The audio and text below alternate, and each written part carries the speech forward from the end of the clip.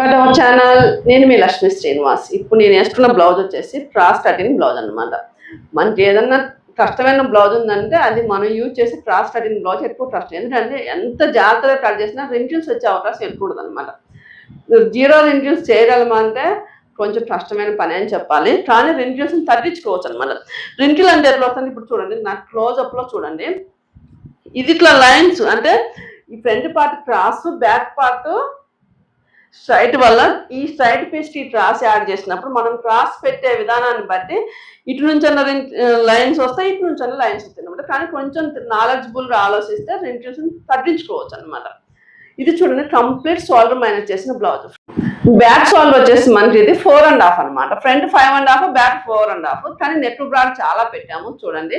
అంత neck broad పెట్టినా shoulder ఇట్లా లాయినా కూడా జాగ్రత్త అనమాట. పర్ఫెక్ట్గా మనకి బ్లౌజ్ రావాలంటే కంపల్సరీ షోల్డర్ మైనస్ యూజ్ చేయాల్సిందే. ఎందుకంటే షోల్డర్ మైనస్ యూజ్ చేస్తున్న మన స్టూడెంట్స్ అందరు కూడా ఒక చిన్న కామెంట్ చేయండి. ఎందుకంటే షోల్డర్ మైనస్ ఎంత యూజ్ఫుల్ అనేది అందరికీ తెలుస్తుంది. నేనే ఉన్న ఉదాహరణకు ఇంతకుముందు షోల్డర్ మైనస్ చేయకముందు నా బ్లౌజులు, చేసిన తర్వాత నా బ్లౌజ్లోనే చాలా తేడా ఉంది. అలానే మీరు నేర్చుకున్న వాళ్ళు కూడా షోల్డర్ మైనస్ యూజ్ చేస్తున్నారు కదా, ఎలా ఉందనేది చిన్న కామెంట్ చేయండి. షోల్డర్ మైనస్ అయితే సరిగ్గా యూజ్ చేయడం తెలిస్తే బ్రహ్మాస్త్రంలాగా యూజ్ అవుతుంది.